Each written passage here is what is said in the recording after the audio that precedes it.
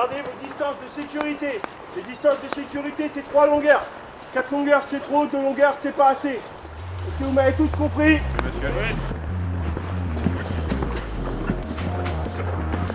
Allez, on descend, on prend un note.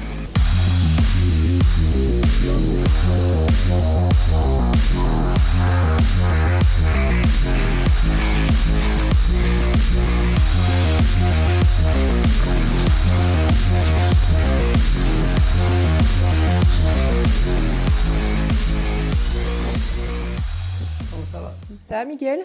Ça va, ça va. Alors, ça c'est la liste du matin? Ouais, ça c'est la liste du matin. Donc premier, deuxième lot, troisième lot, quatrième lot. Et là c'est gros travail ce matin parce que c'est des poulains qui sont dressés sur les obstacles.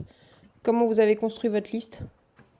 Bah, écoutez, au premier lot, on a mis tous les chevaux, tous les poulains qui restent sur vraiment, on va dire, encore dans le dressage. Donc tous ceux-là, ils sont encore dans le dressage. Ils ont sauté ce matin au premier lot, avec un ou deux vieux là, qui reprennent le travail donc, pour faire le leader.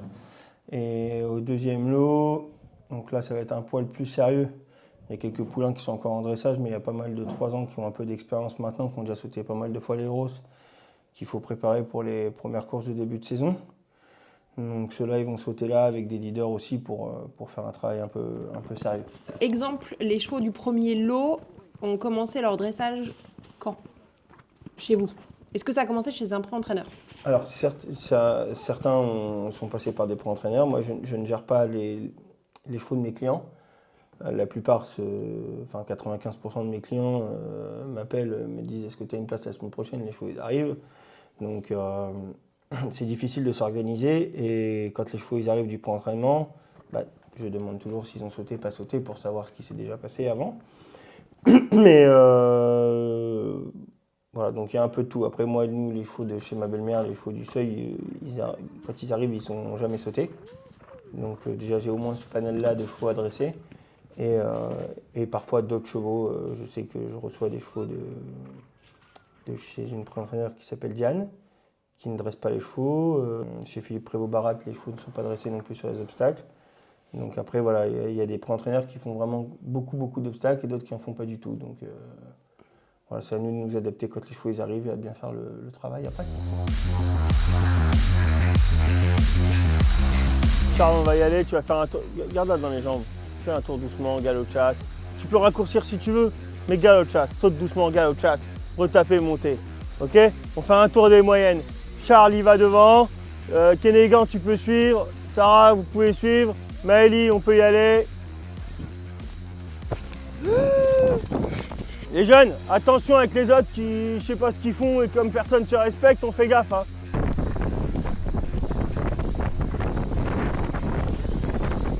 Allez, on y va, on saute de moyenne, on s'arrête. Alors Charles, doucement, c'est bien, la vitesse était bonne. Les rênes sont trop courtes, tu veux toujours avoir les rênes courtes pour tirer dessus. La même chose avec des rênes un peu plus longues. Tu restes ton corps en avant pour tirer dessus, ça c'est très bien. Les rênes un peu plus longues, donne des rênes. Ne comprime pas tes chevaux. Un fagot, 2 haies de l'autre côté là, ok? Et une fois que tu as géré le problème de l'élastique au-dessus de l'obstacle, tu me gères le fait qu'il faut qu'il vienne se rapprocher de son cheval et apprendre à avoir confiance aux autres chevaux. Non, mets-toi en 2, je préfère. Comme ça, tu demanderas à Brioni de venir si elle est... Voilà, doucement, ralentis, ralentis. Plus tu vas aller, moins tu vas aller vite, mieux ce sera.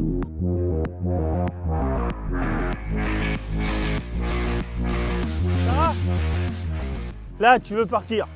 Tu te fais la valise, tu n'es pas contrôle. Tu laisses, tu préviens Kenegan, tu passes, ok. Mais une fois que tu es passé, n'essaie pas de la mettre au galop de chasse. Reprends-la juste pour la mettre dans un rythme intelligent, décontracté. Le fait de vouloir la remettre au galop de chasse, qu'est-ce qu'il fait? Il fait que lui, il revient de bourrer au cul parce que lui aussi, il a sa jument à gérer. Elle n'est pas facile non plus. Raccourcir les rênes, ça ne veut pas dire de l'empêcher de marcher. Avance ta main. Ils font ce qu'ils peuvent, mais il faut quand même garder ses leaders. Il ne faut pas se retrouver à 200 mètres des leaders, ça ne sert à rien. Je l'ai déjà dit 1000 fois. D'accord? Après la dire, mais franchement, j'espère qu'elle a filmé. Vous faites ça avec votre corps, tout ce que vous faites. Mais... De l'extérieur, vous pourriez paraître sévère et dur, mais c'est important aussi pour que le travail soit bien fait pour la compétition? Clairement, oui, je suis sévère et dur, sûrement. Ouais. Je pense que dans tous les sports de haut niveau, tous les métiers de compétition, si vous n'êtes pas sévère et dur, vous n'allez pas. Il faut aller au-delà de ce qu'on est capable de faire. Il faut aller dans la souffrance tout le temps. Si vous n'allez pas dans la souffrance, vous ne pouvez pas vous améliorer. Si, enfin, je veux dire, je ne suis pas un grand sportif, mais dans n'importe quel sport, si vous voulez y arriver, il faut savoir souffrir. Et puis, c'est ce qu'on dit dans la vie, il faut souffrir pour être beau. C'est vrai. Bah, c'est la même chose. Hein. Donc, si les jeunes jockeys ne sont pas capables d'aller dans la dureté, bah, ils ne peuvent pas devenir bons. Et les chevaux, c'est un petit peu pareil.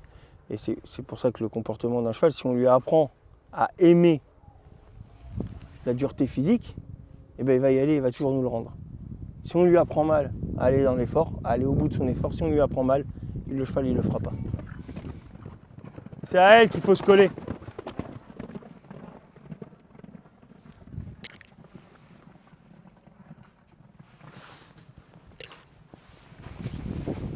Et là, clairement, les chevaux prennent du plaisir à sauter? Oh bah ceux-là oui, alors après ils n'en prennent pas toujours. Enfin, vous avez vu au départ, c'est pas du plaisir parce que pour certains il y a un peu de crainte. Qu'est-ce que je fais là? Qu'est-ce qui se passe? Le cheval devant moi il penche à gauche, il penche à droite. Donc au départ, il y a un peu de. C'est pour ça que c'est important de bien faire le travail parce que si justement le cheval prend peur à cause d'un autre ou à cause d'une erreur d'un cavalier, etc., bah, vous pouvez passer à côté d'un cheval. Donc c'est important de bien faire les choses dès le départ. Si vous faites bien les choses et que vous leur donnez du plaisir à travailler, les chevaux ils y vont avec plaisir. Donc là, notre rôle à nous, c'est ça. C'est de leur apprendre correctement, d'aller dans l'effort physique maximum avec une envie. Donc le cheval il doit prendre du plaisir à faire ça. Quelqu'un qui aime courir, plus il court, plus il a envie de courir. C'est le même état d'esprit. Si on fait les choses bien, si on ne fait pas trop vite d'un coup, etc., eh ben, les chevaux ils prennent du plaisir et ils ont envie d'y aller.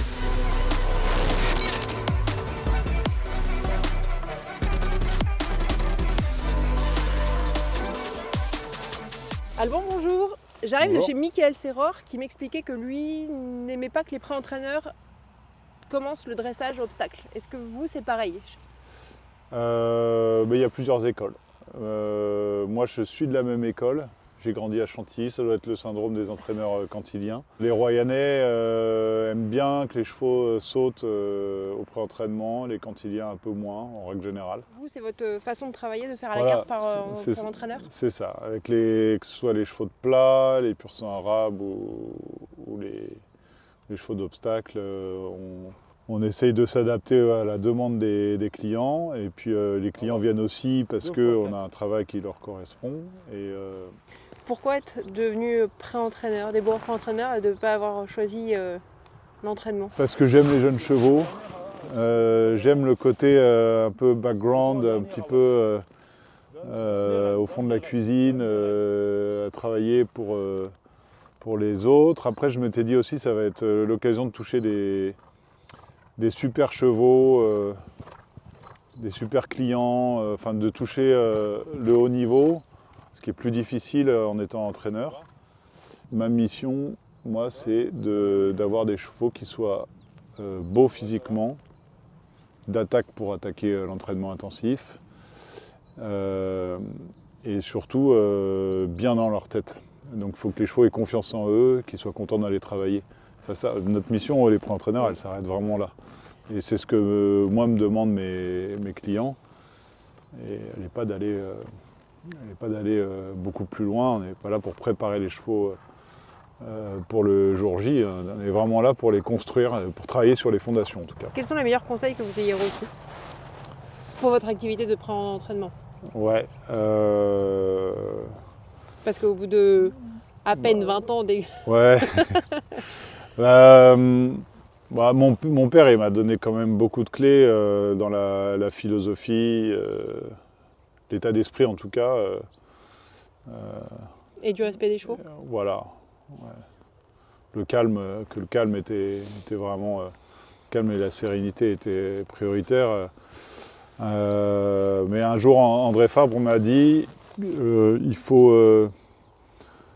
de manière très concise, il m'a demandé, je lui ai demandé ce qu'il attendait de moi et il m'a juste dit que les chevaux aient confiance en eux.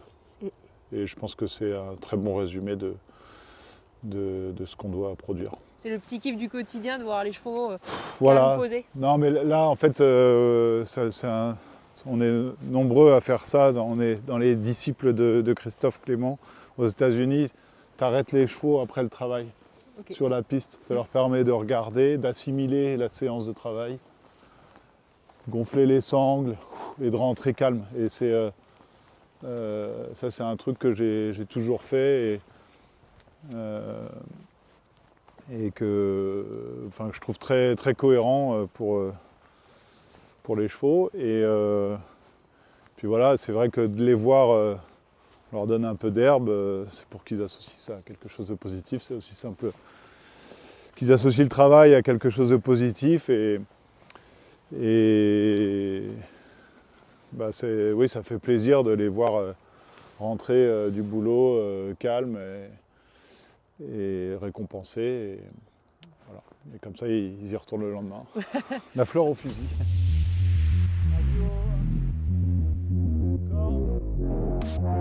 Tu voulais aller devant pour le deuxième?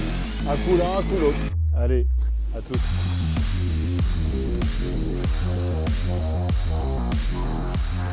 Je travaille autant avec les jeunes chevaux que les vieux. Et les vieux, à contrario, peuvent aller sur la petite piste quand je ressens le besoin. Pour eux, d'ailleurs, ceux-là, on en fait beaucoup. Et donc ça, c'est une petite piste en rond.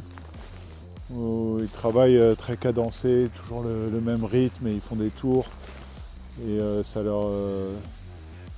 ils se font un peu immerger dans le travail sans trop s'en rendre compte.